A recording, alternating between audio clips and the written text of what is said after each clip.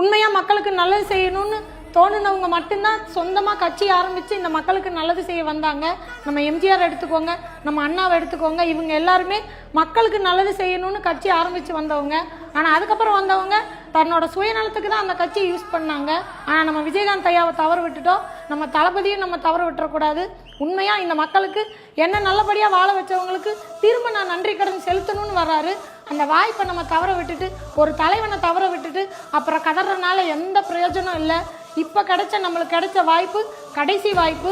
இப்போ இந்த பிரச்சனைக்கெல்லாம் தீர்வு உங்கள் கையில் இருக்குது, உங்கள் விரலில் இருக்குது, நீங்கள் செலுத்துகிற வாக்கில் இருக்குது. இந்த வாய்ப்பை தவற விட்டுறாதீங்க. மக்கள் தீர்ப்பு தான் மகேசன் தீர்ப்புன்னு சொல்லுவாங்க. அந்த வார்த்தை உண்மைன்னு நம்ம நிரூபிக்கணும். உங்கள் எல்லாரோட ஓட்டும் விசிலுக்கு செலுத்துங்க. இந்த மக்கள் புரட்சி விசில் புரட்சியாக மாறணும். உண்மையான மக்களாட்சியை நம்ம எல்லாரும் அனுபவிக்கணும்னா உங்கள் ஓட்டை சிந்தாமல் செதறாமல் விசிலுக்கு செலுத்துங்க. நம்ம தளபதியோட ஆட்சியில் மீண்டும் சந்திப்போம்.